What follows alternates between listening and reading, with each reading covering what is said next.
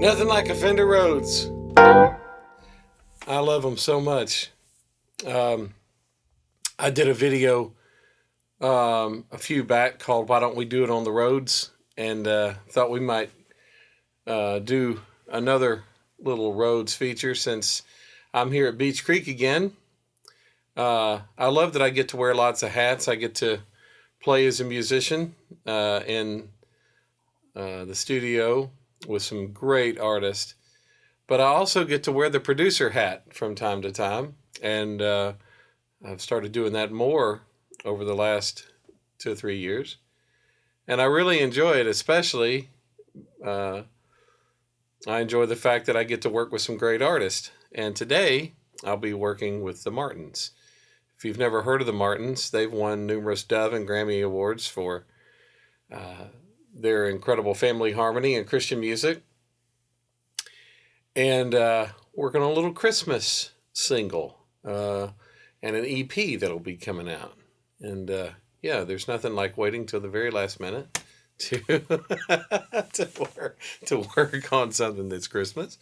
But with their crazy schedules, and they all live in different places. But boy, when they get together, it's fantastic. So working on that a little bit today, and working on some stuff that I can't tell you about quite yet, but it's going to be really, really good. Some new music from some people maybe you haven't heard from in a while, and then, well, several things. But anyway, this video is not about that. This video is just about how beautiful the Rhodes is. I wanted to pay tribute to a guy that really opened me up to lots of new music.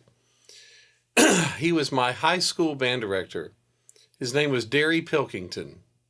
And Mr. P was very, very influential in my musical life, as well as Paul Edmondson, who was our choral director at my high school. And we called him Mr. Ed or Brother Ed or whatever. We had lots of names for Mr. Edmondson. And but we also had great respect for he and Mr. P.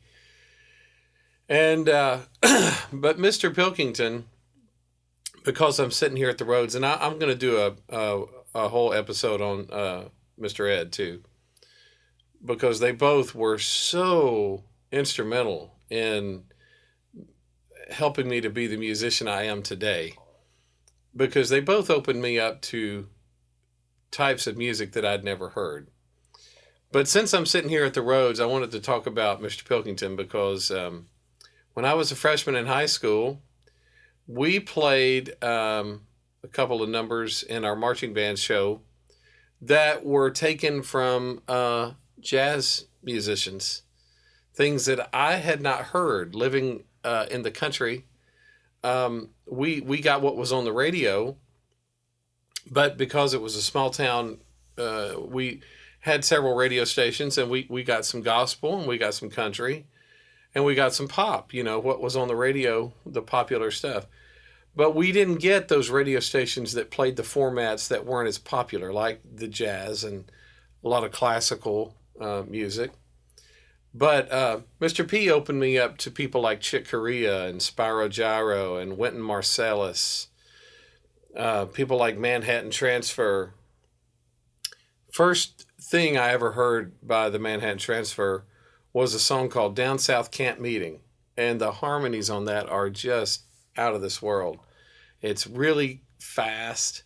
You know.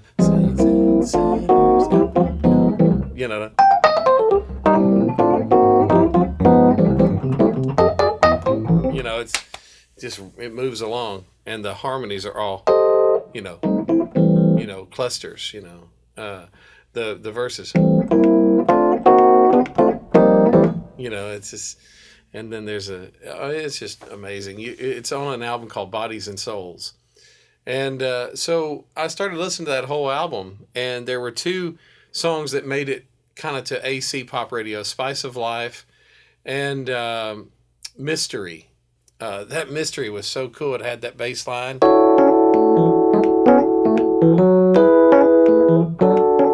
Let's see, what was it? Yeah.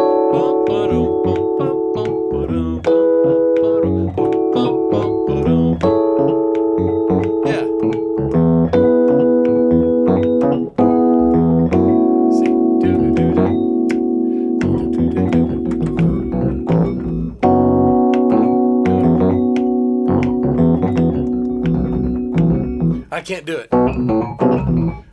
do it. It's a keyboard that I don't have a slide on the Rhodes, but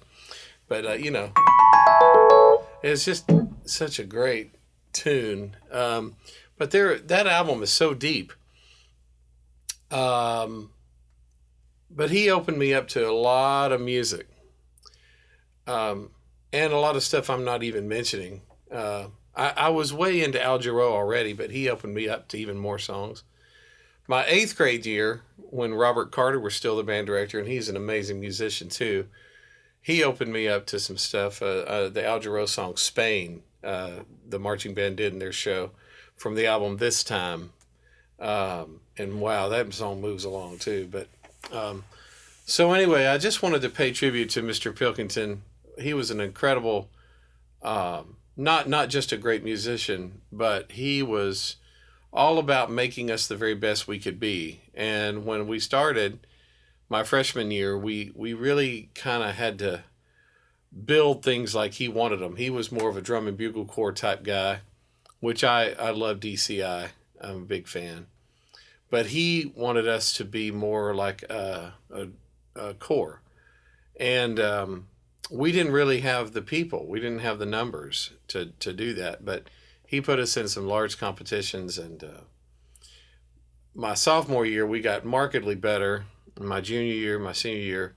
But anyway, he really taught me a lot about hard work, and if you worked really, really hard, you could accomplish things that you never thought you could, especially when you work together.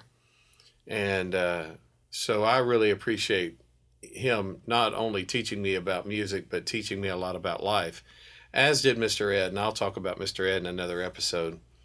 But I'm all about making sure. I've had a really great run. I've had a career that, if it all stopped today, I couldn't be anything but grateful. Now, I hope it doesn't stop today, because I still got kids to get through college. But I always want to make sure that people know that I didn't get here by myself. Bill Gaither always says, I'm like a turtle on a fence post. If you've ever seen a turtle on a fence post, you know he didn't get there by himself. And neither did I. I've had a lot of people help me along the way, steer me in the right direction when I started kind of getting off course. And we all do that.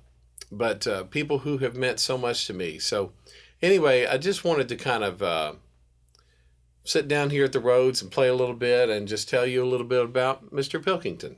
And I'm very, very grateful for him, and grateful for he's still hanging in there. And I haven't talked to him in a long time. I would give just about anything to have an afternoon with him.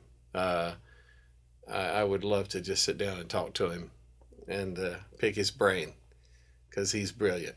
I remember, I'll say one more thing about Mr. P. I was with the Gaither Vocal Band. We did a show in Birmingham a few years back, and he actually came to the show, and I got to talk to him. And he said something that I'm so grateful for. He said, I thanked him for helping me so much and opening me up to all kinds of music. And he said something to me I'll never forget, and I'm so grateful. He said, all you had to do was hear it. And so sometimes all we need to do is hear it. We're not aware of it. But if we hear it, it opens our hearts and our minds. And so listen to everything you can get your hands on, even if you don't like it or don't appreciate it yet, or be looking for things you don't even know about. Now with digital, it's so much easier to do. Mr. P was, we always had really tough band camps, but I remember my senior year, or maybe it was a junior year, we had a drum instructor. Gary McNutt was our drum instructor, and we were always in awe of the Jacksonville State Marching Southerners. I still am. I went to Jacksonville State for 3 years. Ken Bodiford is now the band director there, and they are just year in and year out the greatest marching band ever. They just are, period. Nobody better. And if there is somebody better, I've never heard them. But I remember I got to, and we'll end the video like this. Can I just walk over here to the piano for a second? And let me pull this. I've got my cute video guy here. Jordan, I almost ran into you there. But we wrote on our breaks during band camp, me and Gary, he let me write all the Mallet parts for the drum feature for the Southerners. And it was 87 or 88, I don't remember, but it was Mountain Dance, a Dave Grusin tune. Several of you have said, man, you remind me of Dave Grusin. I love Dave Grusin. I don't know if you remember this song, but I'll play a little bit of it for you. I don't even know if I can play it. I haven't played it so long time.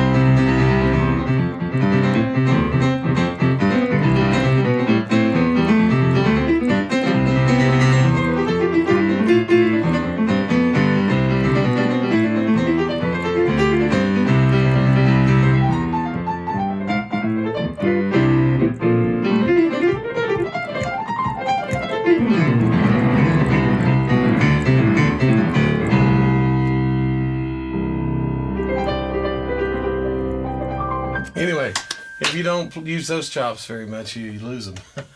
But anyway, just wanted to play a few things I remember from my childhood. That was a lot of fun on our breaks during band camp. I felt like I was riding pretty high there as a 15, 16-year-old, getting to write parts, mallet parts and stuff for the Southerners. And I don't think I realized what an honor that was then. I just wanted to do it for my friend. But I'm grateful for the talent that God has given me, and I'm grateful for the friends and the people He's put in my path to help me along the way. So anyway, this kind of episode is, it's kind of rambled a little bit, but I thank you for watching. I hope you will tell all your friends to subscribe. And if you feel led to put a little something in that tip jar so we can keep doing these videos, that would be appreciated as well. Make sure you hit the thumbs up, like the video, and hit the bell so that you're notified when new content goes up. It's been kind of crazy, but I'm going to try to do better about putting content up a little more often. But I appreciate all the people that helped me do it. Alana is awesome. Jordan, you're awesome. Devin, all the people that work along with me to make sure you get this video content as clean as possible. God bless all of you. I hope you have a fantastic